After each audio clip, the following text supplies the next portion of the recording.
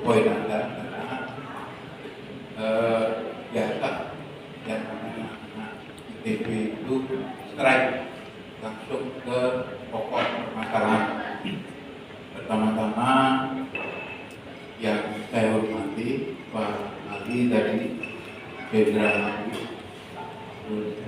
adik saya yang luar biasa Ahli Romana, adik saya Pak Miko, mana Pak Miko, tokoh nasional yang orang paling berbahaya di Indonesia. Terus adik-adik sekalian, pembicara saya ingin cerita sekilas tentang potensi energi di Indonesia. Ada beberapa wawancara saya di YouTube. Saya bukan YouTuber, tapi beberapa teman-teman sempat mewawancarai saya, mungkin bisa dilihat. Indonesia kita ini adalah negara terkaya di dunia. Kenapa? Karena saya berkali-kali cerita, waktu saya di state di Amerika, saya S1 ITB Elektro, S2 ITB Elektro, ngambil pembangkit di United di New York. Jadi di saat di sana saya ada pengalaman yang luar biasa berharga. Kalau ada benda bulat kita terkencang, kita lemparin gitar atap, setelah itu kita berhentikan, maka gitar itu akan nempel secara tertib di tengah-tengah poros lingkaran. Itu kunci. Nah, dunia kita ini sudah berputar kira-kira 7 miliar tahun plus minus. Nah, proses penciptaan dunia tidak perlu saya gambarkan di sini karena agak lama kalau proses itu. Tapi intinya benda berputar dunia kita ini sesuai dengan percobaan yang dilakukan itu berarti material yang ada di dalam bumi ini, mineral, itu ada persis pasti di poros lingkaran. Kalau kita lihat Indonesia kita ini poros lingkaran itu katulistiwa itu, maka Indonesia kita ini kalau dihitung dari ujung Sumatera kalikan berapa dosnya, ujung Papua kalikan dosnya, maka Indonesia kita ini sepertiga terletak di poros bumi. Artinya apa? Sepertiga mineral bumi ada di Indonesia. Sepertiga.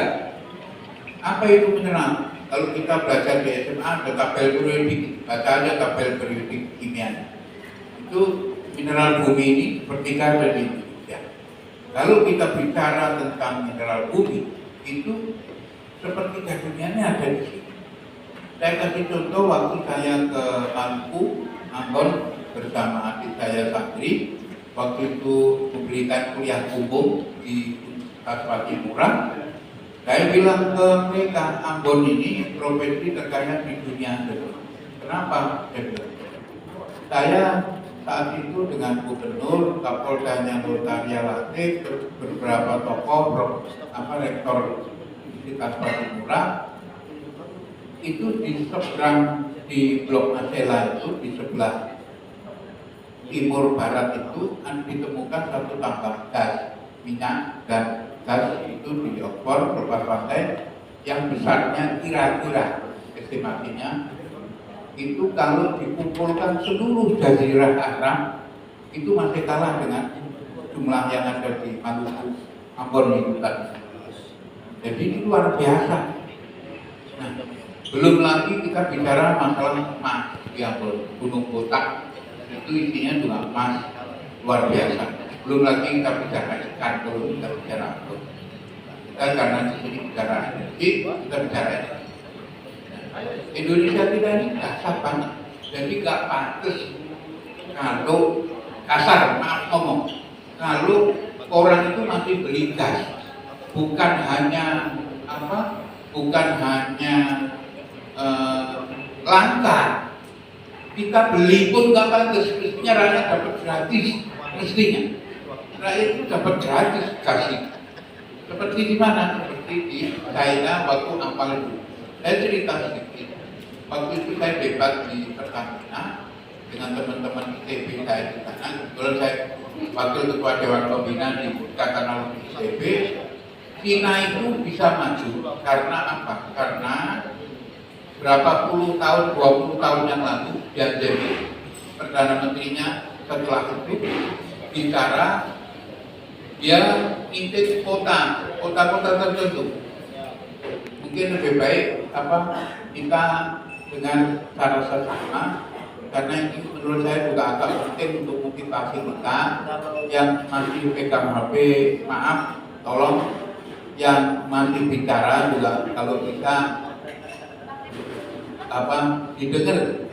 Jangan saya bicara, teman-teman ikut bicara, itu susah.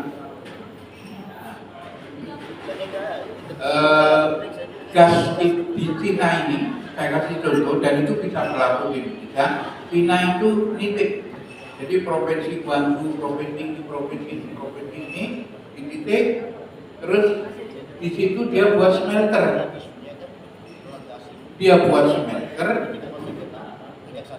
Bahan bakunya dari mana? Cina tak punya. Bahan bakunya crude oil diambil dari Iran. Iran waktu itu sampai sekarang masih di blokade. Nah, bahan bakunya dari Iran, sama Iran bukan gratis, bebas, bayar kapan aja boleh.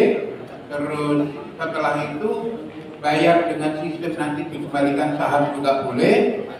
Terus bayar dengan produk juga boleh. Jadi dia titik misalnya nih Kalongan, terus Jakarta, Banten, Sulawesi Tenggara, titik kotanya dibangun smelter, crude oilnya disuplai dari Teheran, dari Iran, smelternya disuplai, diproduklah dia jadi minyak dan gas di situ. Setelah itu dibagikan ke rakyatnya secara gratis saat itu.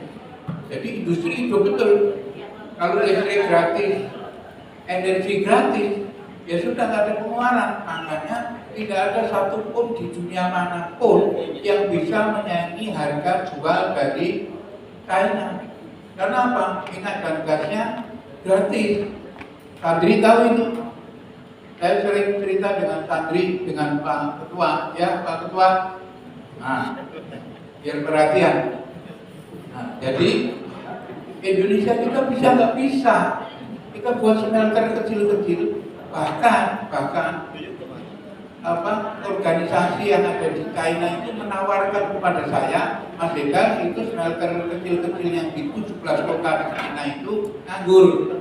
China sudah bangun smelter besar. Nah itu silakan diambil, taruh di ya. Nah bahan bakunya kita punya, insya Allah punya.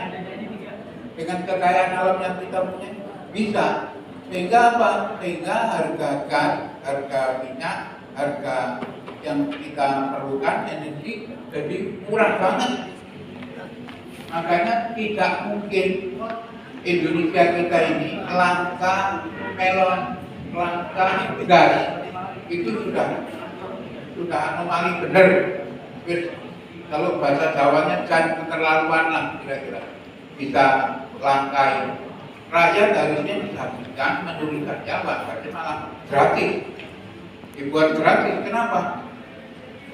Sekarang masalahnya apa? Di Pertamina sendiri tidak ada gerakan untuk mereform bisnis yang selama ini jalan. Yang dijalankan oleh Pertamina adalah bisnis as usual. Ya sudah, yang selama ini jalan dijalanin aja. Kalau mereka mau berubah, misalnya dengan meniru China, dengan ngambil atau bahan baku dari galon atau ngambil bahan baku dari Iran misalnya, walaupun di blokade, mereka waktu itu saya diskusi ketakutannya apa? Ketakutannya mereka ini terikat keuangan dengan Amerika, nanti dicabut mereka 2 miliar dolar atau berapa dolar. Itu ketakutan mereka dicabut. Menurut saya tidak. Nah, di zaman Prabowo ini, Prabowo adalah presiden yang luar biasa, menurut saya luar biasa berani. Dan dia sudah selesai pada dirinya sendiri. Sekarang tinggal pikiran dia ke depan untuk memperhatikan rakyatnya kan. Nah, harus berani. merubah sistem yang selama ini berjalan di Pertamina maupun di negara manapun harus berani. Pak Prabowo harus berani. Jajarannya harus diedukasi sehingga visi dan misi dan keberaniannya sama persis dengan Pak Prabowo. Kalau Pak Prabowo-nya berani, begitu eksekusi di bawah eksekutornya tidak berani, masih mikir-mikir, ya nggak akan jalan. Jadi berhenti di tataran cuma ngomong-ngomong doang. Selesai dia ngomong-ngomong. Sementara rakyat sudah tetap kayak gini terus. Kelangkaan itu tidak hanya sekali ini, nanti bisa berulang.